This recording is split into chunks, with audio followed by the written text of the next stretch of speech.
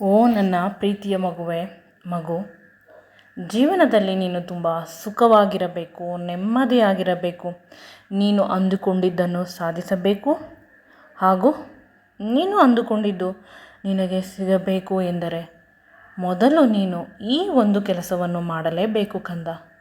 ಬರೀ ನಾವು ಇಷ್ಟಪಟ್ಟಿದ್ದು ಸಿಗುವುದಕ್ಕೆ ಮಾತ್ರವಲ್ಲ, ನಮ್ಮ ಮನಸ್ಸಿಗೆ ನೆಮ್ಮದಿಯನ್ನು ತೆಗೆದುಕೊಳ್ಳಲು ಕೂಡ ನಾವು ಈ ಒಂದು ನಿಯಮವನ್ನು ಪಾಲಿಸಲೇಬೇಕು ಕಂದ.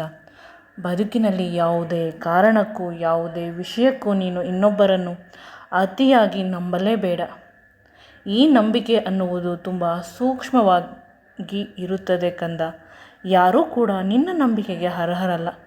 ಪ್ರತಿಯೊಬ್ಬರೂ ಅವರವರ ಅವಶ್ಯಕತೆಗಳಿಗೆ ಅನುಗುಣವಾಗಿ ನೀನು ಅವರನ್ನು ನಂಬುವಂತೆ ಮಾಡಿ ಅವರ ಎಲ್ಲ ಕೆಲಸಗಳು ಆದ ಮೇಲೆ ನಿನ್ನನ್ನು ನಡು ನೀರಿನಲ್ಲಿ ಬಿಟ್ಟು ಹೋಗುತ್ತಾರೆ.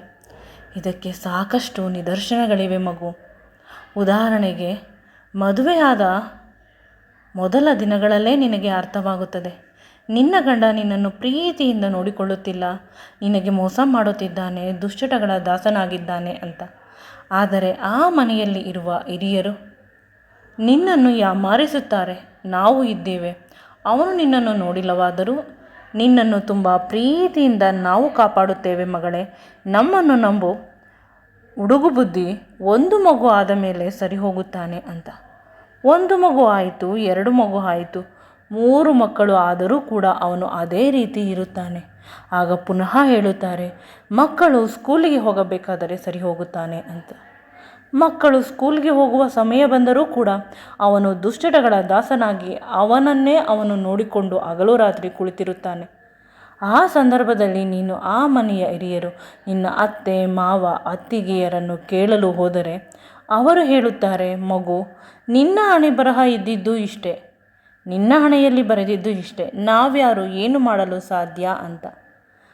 ಅಯ್ಯೋ, ನಿನ್ನ ಬದುಕಿನ ಒಂದು ಸುಂದರವಾದ ಅರಮನೆ ಕೆಳಗೆ ಕುಸಿಯಿತಲ್ಲ ಮಗು. ನೀನು ಮೊದಲ ದಿನಗಳಲ್ಲೇ ಅವರ ಮಾತನ್ನು ಕೇಳದೆ ನಿನ್ನ ದಾರಿಯನ್ನು ನೀನು ನೋಡಿಕೊಂಡಿದ್ದರೆ ಮಕ್ಕಳಿರಲಿಲ್ಲ, ಆಗ ತಾನೇ ಮದುವೆ ಆಗಿತ್ತು. ನೀನು ವಿದ್ಯಾವಂತೆ, ಬುದ್ಧಿವಂತೆ, ನಿನ್ನ ಹೆತ್ತವರ ಹತ್ತಿರವೋ ಅಥವಾ ನೀನು ಸ್ವಾವಲಂಬಿಯಾಗಿ ಹೊರಗಡೆ ಬಂದಿದ್ದರೆ ಸ್ವಲ್ಪ ದಿನ ನಿನ್ನ ಬದುಕು ಕಷ್ಟವಾಗುತ್ತಿತ್ತು ಅಷ್ಟೇ. ಆನಂತರ ಸರಿ ಹೋಗುತ್ತಿತ್ತು. ಈ ಸರಿಯೇ ಹೋಗದ ಮನುಷ್ಯನನ್ನು ಸರಿ ಮಾಡಲು ನಿನ್ನ ಸಂಪೂರ್ಣ ಬದುಕನ್ನು ಕೊಟ್ಟೆಯಲ್ಲ ಕಂದ. ಮೊದಲು 3-4 ಬಾರಿ ಸರಿ ಮಾಡಲು ಪ್ರಯತ್ನಿಸಬೇಕು. ಎಷ್ಟೇ ಪ್ರಯತ್ನ ಪಟ್ಟರೂ ಆ ಮನುಷ್ಯ ಸರಿ ಹೋಗುವುದೇ ಇಲ್ಲ ಅಂತ ಅನ್ನುವ ಒಂದು ನಂಬಿಕೆ ನಿನಗೆ ಬಂದಾಗ ನೀನು ಬಿಟ್ಟು ಬಿಡಬೇಕು ಮಗು. ಯಾವುದೇ ಕಾರಣಕ್ಕೂ ಆ ರೀತಿಯ ಮನುಷ್ಯರನ್ನು ಸರಿ ಮಾಡಲು ನಿನ್ನ ಸಂಪೂರ್ಣ ಬದುಕನ್ನು ತ್ಯಾಗ ಮಾಡುವ ಅವಶ್ಯಕತೆ ಇಲ್ಲ. ಪ್ರತಿ ಬಾರಿಯೂ ಇದೇ ರೀತಿ ಆಗುತ್ತದೆ. ಹೆಂಡತಿಯು ಸರಿಯಾಗಿ ಇಲ್ಲ ಮನೆಯಲ್ಲಿ ಅಂತ ಗಂಡನಿಗೆ ಮೊದಲ ದಿನಗಳಲ್ಲೇ ಗೊತ್ತಾಗುತ್ತದೆ.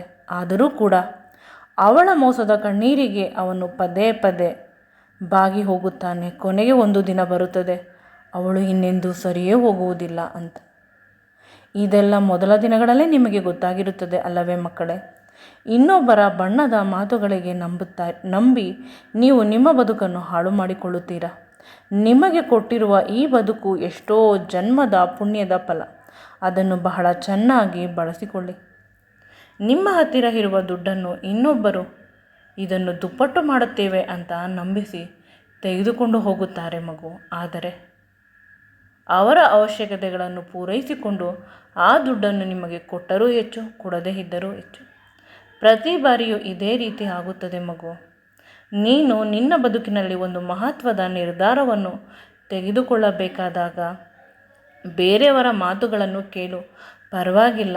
ಅದಕ್ಕಿಂತ ಹೆಚ್ಚಾಗಿ ನಿನ್ನ ಮನಸ್ಸಿಗೆ ಏನು ತೋಚುತ್ತದೆಯೋ, ನಿನ್ನ ಒಳಗಿನ ಅಂತರಾತ್ಮ ಏನು ಹೇಳುತ್ತದೆಯೋ, ನಿನ್ನ ಶಕ್ತಿ ಏನಿದೆಯೋ ಅದನ್ನು ಅರ್ಥ ಮಾಡಿಕೊಂಡು ನೀನು ಮುಂದೆ ಸಾಗಬೇಕೇ ಹೊರತು ಯಾವುದೇ ಕಾರಣಕ್ಕೂ ಇನ್ನೊಬ್ಬರನ್ನು ನಂಬಿ ಇನ್ನೊಬ್ಬರಿಗಾಗಿ ಇನ್ನೊಬ್ಬರಿಂದ ಯಾವುದೇ ವಿಷಯದಲ್ಲಿ ನೀನು ಗೆಲ್ಲಲು ಸಾಧ್ಯವಿಲ್ಲ. ನಿನ್ನ ಸ್ವಂತ ಶಕ್ತಿ ಇದ್ದರೆ ಮಾತ್ರ ನೀನು ಯುದ್ಧವನ್ನು ಗೆಲ್ಲಲು ಸಾಧ್ಯ ಮಗು. ಹೇಳುವವರು ನಾನು ಇದ್ದೇನೆ ಮುಂದೆ ನಡೆ ಅಂತ. ಅದು ಬರೀ ಆತ್ಮವಿಶ್ವಾಸಕ್ಕೆ ಮಾತ್ರ ಇರಬೇಕೇ ಹೊರತು ನಿನ್ನ ಸಂಪೂರ್ಣವಾದ ಪ್ರಯತ್ನವನ್ನು ಅವರ ಮೇಲೆ ಬಿಟ್ಟು ನೀನು ನಡೆಯಲು ಹೇಗೆ ಆಗುತ್ತದೆ ಮಗು? ನಿನ್ನ ಕಾಲಲ್ಲಿ ನೀನು ನಡೆಯಬೇಕು, ಅವರ ಕಾಲಲ್ಲಿ ನೀನು ನಡೆಯಲು ಸಾಧ್ಯವಿಲ್ಲ ಅಲ್ಲವೇ ಮಗು? ಅದೇ ರೀತಿ ಇದು ಕೂಡ. ಊಟವನ್ನು ನೀನು ನಿನ್ನ ಕೈಯಲ್ಲಿ ಮಾತ್ರ ಮಾಡಬಹುದು ಮಗು. ಇನ್ನೊಬ್ಬರ ಕೈಯಿಂದ ಊಟ ಮಾಡಲು ಹೇಗೆ ಸಾಧ್ಯ? ಅದೇ ರೀತಿ ಮಾಡಿದರೂ ಆ ಊಟ ಮೈ ಹಿಡಿಯುವುದಿಲ್ಲ. ಪ್ರತಿಯೊಂದು ನೀನು ನಿನ್ನನ್ನು ನಂಬು. ನಿನ್ನ ಮನಸ್ಸಿನ ಒಳಗಡೆ ಒಬ್ಬ ಪುಟ್ಟ ಗೆಳೆಯನಿರುತ್ತಾನೆ. ಅವನ ಸಲಹೆಯನ್ನು ತೆಗೆದುಕೋ. ಅವನು ನಿನಗೆ ಯಾವಾಗಲೂ ಒಳ್ಳೆಯದನ್ನೇ ಹೇಳುತ್ತಾನೆ. ಅವನು ಹೇಳುವ ದಾರಿಯಲ್ಲಿ ಹೋಗು ಮಗು. ನನ್ನನ್ನು ನಂಬು, ನಾನು ನಿನ್ನನ್ನು ಕಾಪಾಡುತ್ತೇನೆ. ನಿನ್ನ ಕಷ್ಟದ ದಿನಗಳಲ್ಲಿ ಎಂದೂ ಕೂಡ ನಿನ್ನ ಕೈಯನ್ನು ಬಿಡುವುದಿಲ್ಲ. ನಿನಗೆ ಸುಳ್ಳು ಭರವಸೆಯನ್ನು ನೀಡುವುದಿಲ್ಲ ಮಗು.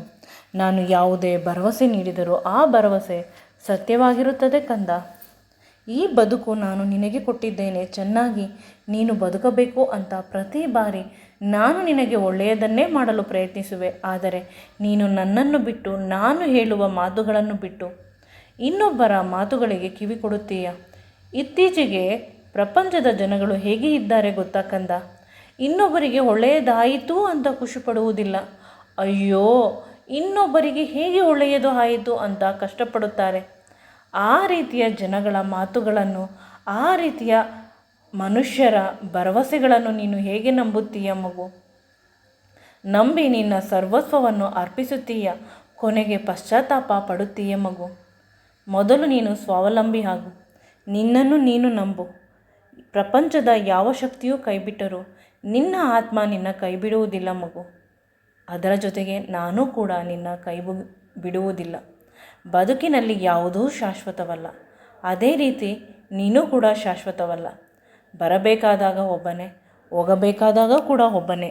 ಈ ಒಂಟಿ ಬದುಕು ಅಷ್ಟೊಂದು ಕಷ್ಟವೇನೂ ಅಲ್ಲ ಮಗು. ಆದರೆ ಮನುಷ್ಯ ಅಂದ ಮೇಲೆ ಸಂಘಜೀವಿ. ಸಾಕಷ್ಟು ಜನಗಳ ಮಧ್ಯೆ ಇರಬೇಕು ಅಂದ ಮಾತ್ರಕ್ಕೆ ಅವರನ್ನೇ ನಂಬಿ ಬದುಕಬೇಕು ಅನ್ನುವ ಅವಶ್ಯಕತೆ ಇಲ್ಲ. ನಿನ್ನನ್ನು ನಂಬು. ನಿನ್ನನ್ನು ನಂಬಿದರೆ ಪ್ರಪಂಚದ 330 ಕೋಟಿ ದೇವತೆಗಳನ್ನು ನಂಬಿದ ಹಾಗೆ. ನಿನ್ನಲ್ಲಿರುವ ಆತ್ಮವಿಶ್ವಾಸ, ನಿನ್ನಲ್ಲಿರುವ ಬುದ್ಧಿಶಕ್ತಿ, ನಿನ್ನಲ್ಲಿರುವ ಕೈ ಚಳಕದಿಂದ ನೀನು ಏನು ಮಾಡಬಹುದು, ಏನನ್ನು ಸಾಧಿಸಬಹುದು ಅನ್ನುವ ಕಡೆ ನಿನ್ನ ಗುರಿಯನ್ನು ಇಡು ಮಗು. ನೀನು ನಿಜವಾಗಲೂ ಅದರಲ್ಲಿ ಅಜೇಯನಾಗುತ್ತೀಯ. ನಿನ್ನ ಸಮಯವನ್ನು ಎಂದೂ ಕೂಡ ವ್ಯರ್ಥ ಮಾಡಬೇಡ. ಜೀವನದ ಪ್ರತಿ ಕ್ಷಣವನ್ನು ಒಂದು ಬೆಲೆಬಾಳುವ ವಸ್ತುವನ್ನಾಗಿ ಉಪಯೋಗಿಸು ಮಗು. ಆಗ ಯಶಸ್ಸು ನಿನಗೆ ಕಟ್ಟಿಟ್ಟ ಬುತ್ತಿ. ಸತತ ಪ್ರಯತ್ನ, ಅಚಲವಾದ ವಿಶ್ವಾಸ, ಮಾಡಲೇಬೇಕು ಅನ್ನುವ ಛಲ. ಯಾವುದೇ ಕಾರಣಕ್ಕೂ ನೀನು ಆ ಕೆಲಸವನ್ನು ಅಥವಾ ಆ ಕೆಲಸದಲ್ಲಿ ಸೋಲು ಕಾಣಬಾರದು. ಆ ರೀತಿ ಮಾಡುತ್ತವೆ ಮಗು, ನಿನಗೆ ಯಶಸ್ಸು ಸಿಕ್ಕೇ ಸಿಗುತ್ತದೆ. ದಯವಿಟ್ಟು ನನ್ನ ಮಾತನ್ನು ಕೇಳು. ನಿನ್ನ ಸುತ್ತಲಿರುವ ಜನರನ್ನು ಪ್ರೀತಿಸು. ಅದರಲ್ಲಿ 2 ಮಾತಿಲ್ಲ.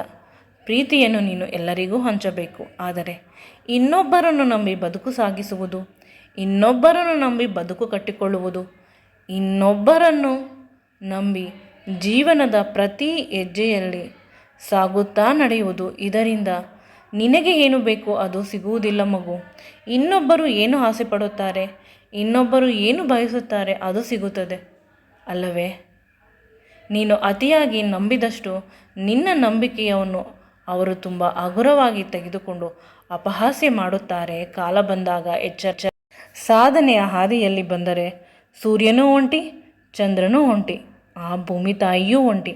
ಅಂದ ಮೇಲೆ ಒಂಟಿಯಾಗಿ ನೀನು ಎಲ್ಲವನ್ನೂ ಸಾಧಿಸು ಕಂದ. ನಿನ್ನಲ್ಲಿ ಆ ಶಕ್ತಿ ಇದೆ. ಇನ್ನೊಬ್ಬರನ್ನು ಸಹಾಯಕ್ಕಾಗಿ ಯಾಚಿಸು. ಆದರೆ ಅವರನ್ನೇ ಸಂಪೂರ್ಣವಾಗಿ ನಂಬಿ ಕೇವಲ ಅವರ ಸಹಾಯದಿಂದ ನೀನು ಮುಂದೆ ಹೋಗಲು ಸಾಧ್ಯವೇ ಇಲ್ಲ. ನಿನ್ನ ತಂದೆ ಸದಾ ನಿನ್ನ ಜೊತೆ ಇರುತ್ತಾರೆ.